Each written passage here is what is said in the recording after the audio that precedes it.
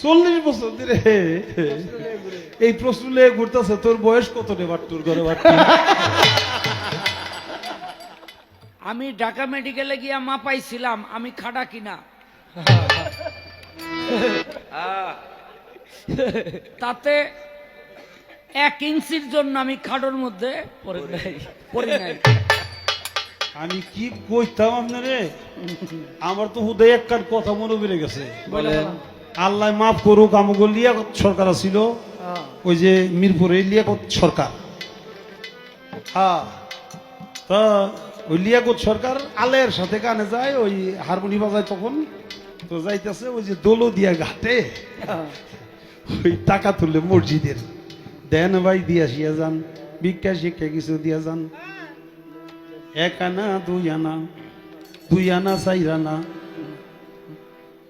আল্লাহর নামে দান করিলে বিফলে যাবে না, দেন ভাই দিয়ে যান দিয়ে যান দিয়ে যান। আসেন দানকারীর মাতা পিতা সুখে থাকিবে কবরে, নূরের টুপি মাথায় দিয়া উঠাইবে রোসা সরে, দেন ভাই ভিক্ষা শিক্ষা কিছু দিয়ে যান। ওই লিয়া কত লোক গাধীর মানুষ নাই, শয়তান। ও যে করছে কি, ওই সময় ওই যে 5 পয়সা 10 পয়সা এরকম ছিল, তো ওই 5 পয়সার একটা কয়েন, এই 5 পয়সা নিয়ে দিছে কান্দে হারমোনি দিয়ে, কইতেছে 40 বছর ধরে খালি মসজিদের কথা কয়ে টাকা তুললেন, মসজিদ তো দেখলাম না। কই ওই 5 পয়সা দিয়ে এই কথা কই আমরা দৌড় মারছি, মারবো দৌড় মারছে। এখন ওই যে টাকা তুলতেছে হে আবার মাইতে কইতেছে, এই বাট্টুর ঘরে বাট্টু তোর বয়স কত?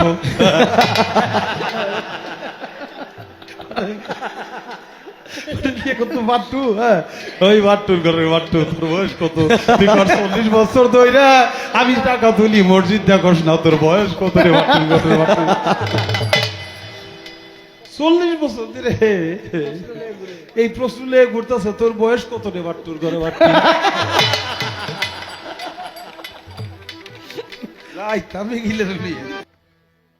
আবুল ভাই, কেউ জানুক আর না জানুক, আপনি তো জানেন আমি ঢাকা মেডিকেলে গিয়া মা পাইছিলাম আমি খাড়া কিনা।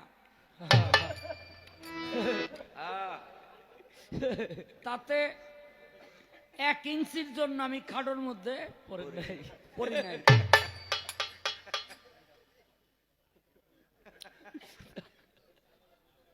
তে আমি মর্মাহত, আরো বেশি মর্মাহত যেই লোকটার কথা আপনি বললেন লিয়াকত সরকার, ওই যে ওয়াজের মধ্যে কয় খাডার ঘরে খাডা, এই লোকটা দুনিয়ার মধ্যে আর এখন নাই, মারা গেছে। এই লোকটার দিয়ে উদাহরণ দেওয়াটা আপনার ঠিক হইল? যার কথা আপনি কইলেন, হ্যাঁ আমার মাজার এনে পড়ে থাকতো।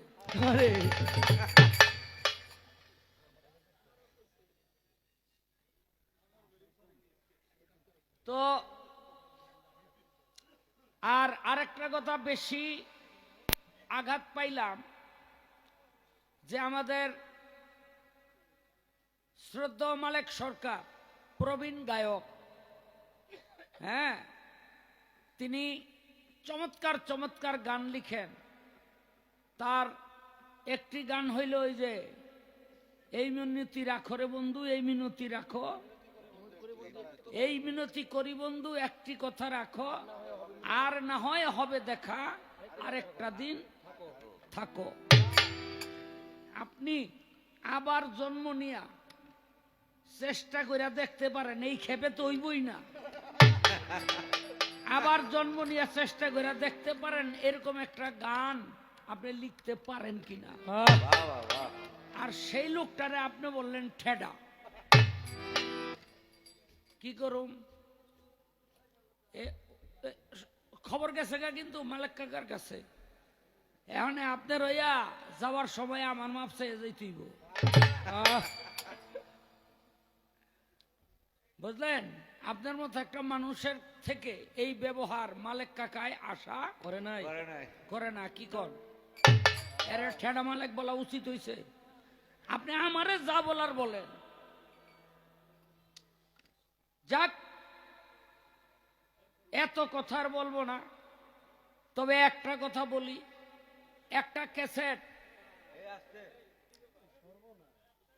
একটা ক্যাসেটের মধ্যে, ওই ভিডিও সিডির মধ্যে আপনারা দেখছেন জনাব আব্দুর রশিদ সরকার সাহেবের সাথে আমার একটা পালাগান হয়েছিল। সেই পালাগানের মধ্যে তিনি বলছিলেন যে শাহ আলম, আমি ভাবছিলাম আমি চলে যাওয়ার পরে, আমরা কয়েকজন চলে যাওয়ার পরে এই বাউল গানটা থাকবে না, কিন্তু আজকে তোমার কথায়, তোমার গানে, তোমার তত্ত্বশাস্ত্র শোনার পর আমি শান্তিতে মরতে পারবো যে আমার পরে তুমি বাউল জগতের নেতৃত্ব দিতে পারবা, আমি শান্তিতে মরতে পারবো। কথাটা ঠিক না বে? ঠিক ঠিক না? হের কথা কিন্তু কয় নাই, কারণ জানে তো আমি কি রেখে যাইতেছি।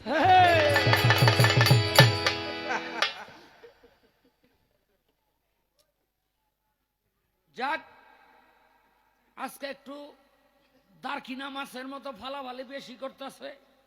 কেন করে এটা আমি বুঝি, কারণ এটা তার উস্তাদের এলাকা, বুঝলেনি? এটা তার ওস্তাদের এলাকা, এখানে তার ওস্তাদের ভক্তবৃন্দু, বন্ধু বান্ধব সব বেশি, এখানে তার মাইর খাওয়ার কোনো ভয় নাই।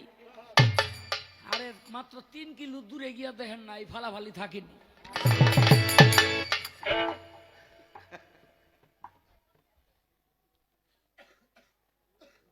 তো প্রশ্ন করছেন দুইটা, যে